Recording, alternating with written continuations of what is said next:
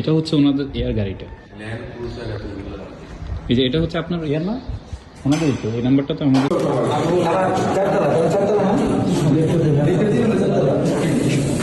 আস্তে আস্তে একটু রাত্রেবেলা তো সবটাই বেশি।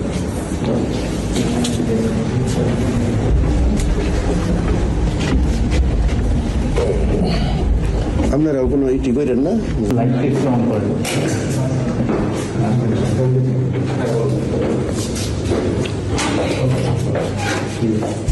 আমরা তো ভেতরে আসতে পারি?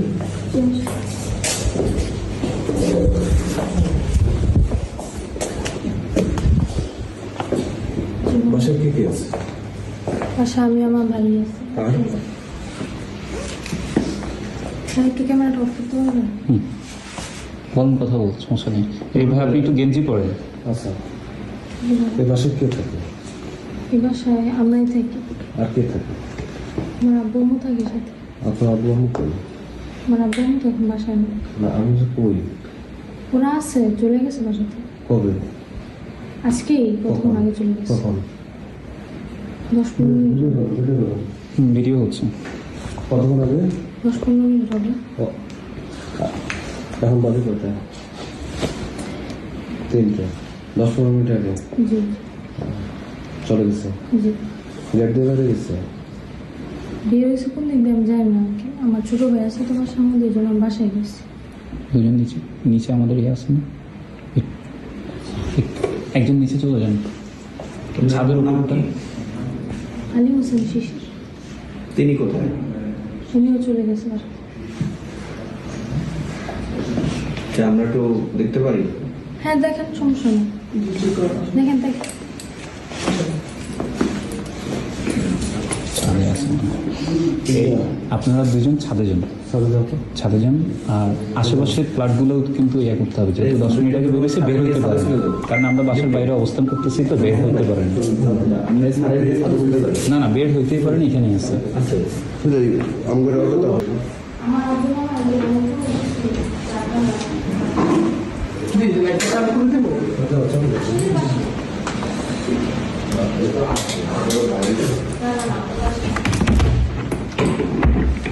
বক্সগুলো তো দেখেন, উপরের বক্সগুলো দেখেন।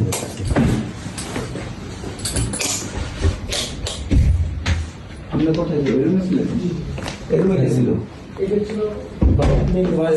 এদিকে ভিডিও অন করে আসেন, ভিতরে আসেন একজন। একজন আসেন, আমাদের সাথে একজন থাকেন।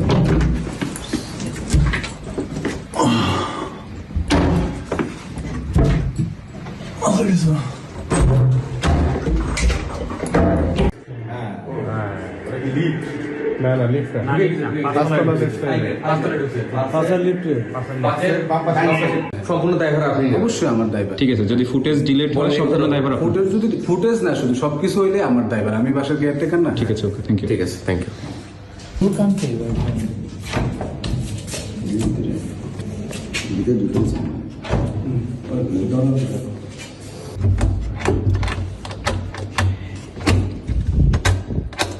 এক্সকিউজ মি, কেউ যদি থেকে থাকেন আসেন, কথা বলেন, বের হন, নাইলে আমরা কিন্তু দরজা ভাঙতে বাধ্য হব। আপনারা যদি ভিতরে কেউ থেকে থাকেন, একটু কাইন্ডলি একটু কোঅপারেট করে বের হন, নাহলে আমরা কিন্তু দরজা ভাঙতে ইয়া করবো। একটু কাইন্ডলি কথা বলছি। না না, কে? না না, please। কে? একটু কথা বলুন বলেন কে? ভাই। আমি তো স্যার আসলে সামনে আসেন, সামনে আসেন। সমস্যা নাই। জি, বলেন। ভাই, আপনার মহিলা বন্ধ করে আপনি একটু আসেন ভাই। আপনি না, বলেন, আমাদের সাথেই বলেন। তাহলে আসেন, আপনার মহিলা বন্ধ করে দেন ভাই। আমরা ভাই নিরব না, নিরীহ মানুষ বলতে তো আপনি হবে না। আসেন, আপনি মোবাইল বন্ধ করে দেন প্লিজ। না না, আমাদের এটা এটা এটা মোবাইল বন্ধ করে দেন, কোনো সমস্যা নেই। কোনো সমস্যা নাই, বলেন, আপনি বলেন। মোবাইল চালু থাকুন, সমস্যা নেই। না না, মোবাইল চলছে, মোবাইল রেকর্ড হচ্ছে। রেকর্ড হবেই, পুলিশের লোক, ঠিক আছে? আপনি রেকর্ড হবে। ভাই আমরা কিন্তু ভাই আমরাও কিন্তু বৈষম্যের শিকার করি আমার ব্যবসা বাণিজ্য সব বন্ধ। সেটা আপনি সেটা পুলিশ দেখবে, প্রশাসন দেখবে, তদন্ত শেষে দেখবেন। Please, আল্লাহর please, রাস্তায়। আপনি আমার সাথে একটু কোঅপারেট করেন, চলেন। আপনি উনি মহিলা মানুষ, ওনাকে কষ্ট দিন, আপনার বাসায় পৌঁছে ভাই এতটুকু আপনার কাছে আল্লাহ আসে। বাঁচতে ভাই আমরা আপনি সিম্পাথি দেখায় তো লাভ নেই ভাই, সিম্পাথি ভাই দেখায় আমরা কিন্তু কোনো অন্যায়ের সাথে জড়িত না। আমরা কোনো অন্যায়ের সাথে জড়িত না। ভাবি শোনেন ভাই একটু মোবাইল রাখাই ভাই আপনার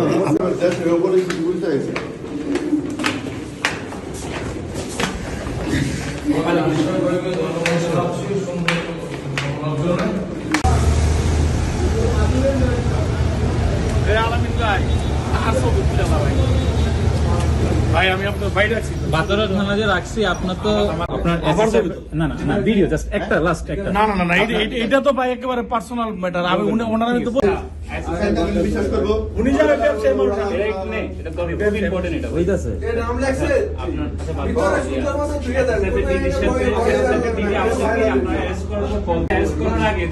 হ্যাঁ যেহেতু আমি ওনার বাসায় থাকি ওনার আমি জানাইছি এইটুকু। আমি ব্যবসায়ী মানুষ, হ্যাঁ, আমি ওনার পোস্টার দিয়েছি।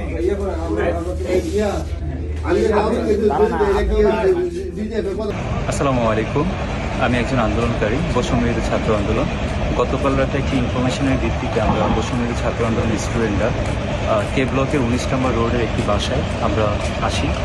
আমাদের ইনফরমেশনটা ছিল যে আওয়ামী লীগের আলী হোসেন শিশির, যিনি আওয়ামী লীগের কেন্দ্রীয় শিল্প এবং বাণিজ্য বিষয়ক উপকমিটির একজন সদস্য এবং নরসিংদী 1 আসনের থেকে আওয়ামী লীগের এমপি ক্যান্ডিডেট ছিল, এবং তিনি নরসিংদী জেলা আওয়ামী লীগের প্রচার সম্পাদক, এবং তিনি ওনার বিরুদ্ধে কয়েকটি হত্যা মামলা আছে, 4টি হত্যা মামলা আছে, 2টি হত্যা চেষ্টা এবং 2টি হত্যা মামলা।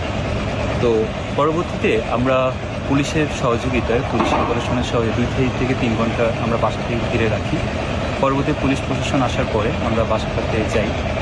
যাওয়ার পরে প্রথমে আমরা বাসাটাতে যখন যাই, সর্বপ্রথম অনেক কাহিনী আমাদেরকে করতে হয়, বিভিন্ন জায়গা থেকে দলীয় একটা চাপ থাকে, বিএনপির কিছু নেতাকর্মী ছিল আমাদেরকে করতেছিল, বা পরবর্তীতে একটা সময় তারা চলে যায়। পরবর্তীতে আমরা স্টুডেন্টরা, বৈষম্যবিরোধী ছাত্র আন্দোলনের স্টুডেন্টরা পুলিশের সহযোগিতায় আমরা বাসার 3 তলার ফ্লোরটাতে উঠি। ওঠার পরবর্তীতে আমরা ওই ফ্লোরে অনেক খোঁজাখুঁজি করেও আমরা তাকে পাই না। তার পরবর্তীতে আমরা সিসিটিভি ফুটেজ আমরা চেক করি, নিচের বিল্ডিংয়ের ম্যানেজারের এখান থেকে আমরা সিসিটিভি ফুটেজ চেক করে আমরা পরবর্তীতে 4 তলায় একটা কক্ষতে যাই আমাদের সিসিটিভি ফুটেজ অনুযায়ী। সেখানে আমরা আওয়ামী লীগের সেই নেতাকে পাই। তার পরবর্তীতে তিনি সর্বপ্রথম যখন গেটটা খোলে, আমরা পুলিশ সহ প্রায় 5 থেকে 10 মিনিট হচ্ছে আমরা ওনার এয়াতেই কথা বলতেছিলাম যে প্লিজ দরজা খুলেন। উনি কোনোভাবেই দরজা খুলতেছে না। আর উনি মেনলি ওই দরজা খোলার আগে অবস্থায় ওনার ফোন থেকে, ওনার ফোন অফ ছিল, ওনার মেয়ের ফোন থেকে বা বিভিন্ন জায়গা থেকে কল আসতেছিল, ওনার মেয়ে শুধু বারবার ফোনটা হাইড করতেছিল। যাই হোক, সেটি আমাদের দেখার বিষয় না। আমরা তাকে যখন আইডেন্টিফাই করতে পারি, ওই বাসাটার মধ্যে ছিল, কনস্ট্রাকশনের যে বিল্ডিংটা ছিল ওইখানে ছিল উনি। পরবর্তীতে আমরা ওনাকে অনেকবার চেষ্টা করেও তারপর পরবর্তী একটা সময় আমরা যখন ভিতরে ঢুকতে পারি, পুলিশ প্রশাসনের সহযোগিতায় যখন রুমটার দরজা খোলা হয়, উনি কলে কথা বলা অবস্থায়, যেটা একটু পরে আপনারা কমেন্টের ভিডিও লিঙ্কে আমি ভিডিও দিয়ে দিব, আপনারা সেখানে দেখতে পারবেন। তো উনি ডিরেক্ট আমাকে একটা কল ধরায়, আমাকে এবং পুলিশের যে দায়িত্বরত কর্মকর্তারা যারা ছিলেন তাদেরকে কল ধরায় দেবেন, একটু কথা বলেন। তো আমি ডিরেক্ট বলতেছি আপনার কোনো কল ধরা হবে না, প্লিজ আপনি একটু কলটা রাখেন, আপনার সাথে কথা আছে, আপনি একটু থানায় চলেন। পরবর্তীতে উনি আমাকে ওইখানে রানিং অবস্থায় বর্তমান এসএসএফের ডিজি, তার ব্যক্তিগত পিএস ডিজি, উনি আমাকে কল দেন।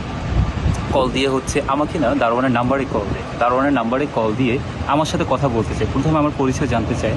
দারোয়ান আমার পরিচয় না জানানোর পরে উনি পরবর্তীতে কোনো না কোনো সম্ভব কোনো মাধ্যমে উনি আমার পরিচয় নিশ্চিত করে আমাকে বলতেছে, আলামিন ভাই, উনি ওনার পরিচয় দিল। আমার নামটা উনি কীভাবে জেনেছে আমি সেটা অবাক হয়ে গেছি, কীভাবে উনি আমার নামটা জানলেন। পরবর্তীতে উনি যখন আমাকে বলতেছে, উনি আমাকে অনেক স্পেশালি রিকোয়েস্ট করতেছে, দেখেন ওনার জন্য ওনাকে কোনোভাবে কি ছেড়ে দেওয়া যায় কি না। তা আমি বললাম, দেখেন আমি আমার দায়িত্ববোধ থেকে, নৈতিকতার দিক থেকে আমি কখনো ওনাকে ছাড়তে পারি না। কারণ একটা আওয়ামী লীগের হত্যা মামলার আসামিকে আমি কীভাবে ছেড়ে দিই।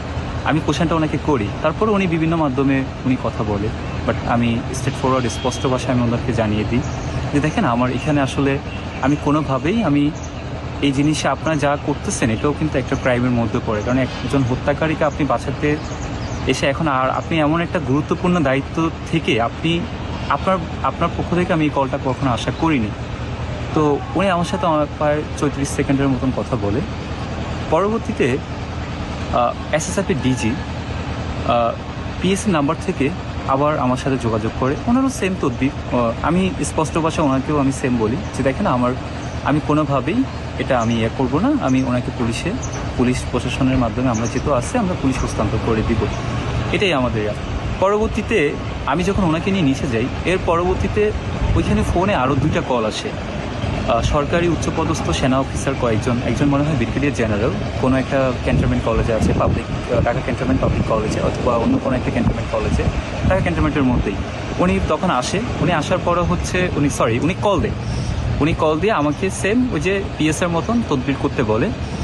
উনি তদবির করে পরবর্তীতে যখন আমি ওনার তদবির আমি স্পষ্ট ভাষা ওনাকেও জানিয়ে দিয়েছি যে দেখেন এর আগেও 2জন আমাকে কল দিয়েছে, তো আমি আপনার পরিচয়টা আগে একটু কনফার্ম হই। তো উনি ওনার পরিচয় দেয়, লেফটেন্যান্ট কর্নেল নাকি ব্রিগেডিয়ার জেনারেল, হয়তো আমার মনে পড়ছে না, বাট ওইরকম কিছু একটা পরিচয় দেয়, প্রিন্সিপাল পরিচয় দিয়ে ওনাকে বলে যে হচ্ছে ওনাকে ছেড়ে দিতে। তো আমি বলছি আপনি কি জানেন উনি একজন হত্যা মামলার আসামি?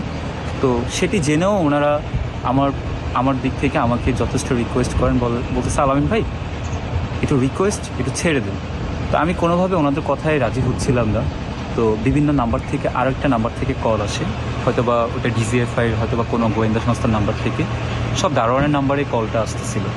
তো উনি সেম হচ্ছে আমার সাথে আবার কথা বলতে চায়। তো পরবর্তীতে আমি আসলে এত পরিমাণ কল আসছিল পুলিশ প্রশাসন এবং ওরাও আসলে হয়ে যাইতেছিল, ওরাও আমাকে বারবার করে ওরাও হয়ে যাইতেছিল যে জিনিসটা আসলে কোন দিবা, ওনারাও তখন জিনিসটা বুঝতে পারছে যে আসলে হচ্ছেটা কি।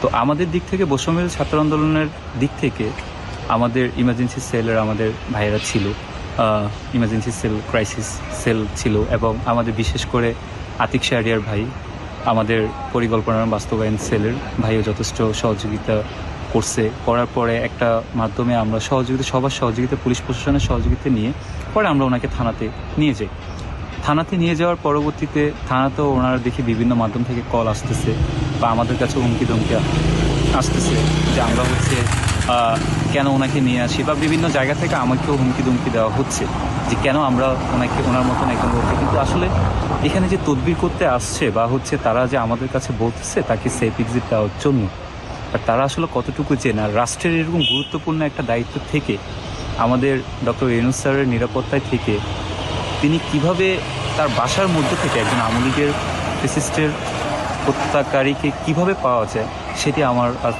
প্রশ্ন।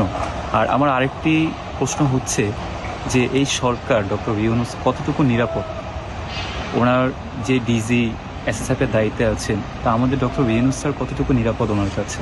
অভিযান শেষে যখন পুলিশ ওনাকে নিয়ে গেল আওয়ামী লীগের নেতা, তারপর র্যাবের কে আসছিল, ওনার নাম তো আমি জানি না। র্যাবের আসার পর উনি কি জিজ্ঞাসাবাদ করছে আর কি জিনিস নিয়ে গেছে? সিকিউরিটির লোক আসছে, এসে আমাকে জিজ্ঞাসাবাদ করছে যে কি হয়েছিল। আচ্ছা, উনি কি র্যাব কি ড্রেসে আসছে নাকি ড্রেস ছাড়া আসছে? ইউনিফর্মে আসছে। ইউনিফর্মে কি গাড়ি নিয়ে আসছিল? হ্যাঁ, গাড়ি নিয়ে আসছে। কয়জন আসছিল এক গাড়িতে? স্যার গাড়িতে কয়জন আসছে জানি না, ভিতরে আসছে 3 জন। ভিতরে আসছে 3 জন।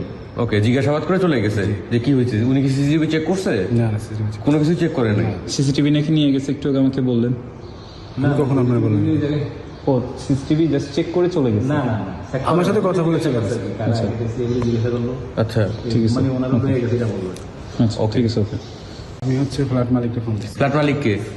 ফ্ল্যাট মালিক হচ্ছে মাহবুব সামদ চৌধুরী, মেজর জেনারেল। জি। উনি এখন বর্তমানে কোথায় আছে? উনি এসএসএফ আছে। এসএসএফ আছে, ডিজি। জি। ওনার পিএস কে ফোন দিয়ে আপনি কি বলছেন? 3 মিনিট কি কথা বলছেন? আমি ওনার পিএসকে ফোন দিয়ে বলছি যে পুলিশ আসছে আপনার ফ্ল্যাটে, আর হচ্ছে আমি তো তখন আপনাদেরকে জানি না, আমি পুলিশ জানি। আর আপনার পিএসটা আমার ফোনও কথা বলছে, আমার সাথে কথা বলছে, আমাকে তদবির করছে ওনাকে ছেড়ে দেওয়ার জন্য। যাক, আপনি একটু ফোনটা আমাকে একটু বাইর করে দেখেন, একটু ফোনটা একটু করুন। স্যার ফোন তো আপনি নিলে নিয়েছেন। আসসালামু আলাইকুম স্যার, ওনারে তাড়াতাড়ি বেরিয়ে যেতে বলেন স্যার, উনি যেতে চাচ্ছে না, ওনাকে বাসা থেকে বেরিয়ে যেতে বলেন। কোথায় নিয়ে যেতে পারে? স্যার আমি আচ্ছা, আস্তে আস্তে, আমি বলি please, বলবেন না না, please, আমি please. এই কথাটা তো অন্যরকম শোনাচ্ছে। না না আমি এগুলো আপনাকে আরেক কথা, স্যার। দেখি জানি আমি আপনাকে ইয়ে করতেছি। আমি আপনাকে বলি একটু দাঁড়ান প্লিজ, আমাকে একটু যখন আপনাদের সাথে যাইতে যাচ্ছিল না তখন আমি ওনাকে আচ্ছা না বলছি। না ঠিক আচ্ছা ওটা আছে, সমস্যা নেই, বুঝতে পারছি, সমস্যা নেই। আর র্যাব থেকে যে আসলে এটা ওনাকে আপনি বলেন নাই? কাজ করতে দেন, নাইলে কিন্তু এ করেন না, ঝামেলা করেন না। প্রিন্সিপাল ক্যান্টনমেন্ট পাবলিক, উনি কল দিয়েছিল আমাকে। আমি আপনাকে কল দিচ্ছি। উনি ওই যে আপনার ফোনেই তো কল দিয়েছে। হ্যাঁ উনি হচ্ছে ভাড়াটিয়া এখানকার। এটা আগের। আগে বাদ দাও না, না, দাঁড়াও। এটা ঢুকে দেখো কে কে আছে। ওই যে 1টা থেকে শুরু হয়েছে। বিশ্বাস নাকি চলে গেছে, মেসেজে জানান আমাকে ডিজিএস পিএস কল করবে, রিসিভ করবেন অলওয়েজ। ট্রিভিয়ালি শিশির, ছবিটা নাও। এটা কি উনি তো? শিশিরই তো। এটা তো ওই যে যারা গ্রেপ্তার করছে। ঠিক আছে। তারপরে এই যে দেখো ওই যে বাবুল হোসেন 6B, রাখো রাখো রাখো, এগুলা বারাটিয়া। তারপরে এই যে 3 সার্জেন্ট পিএস।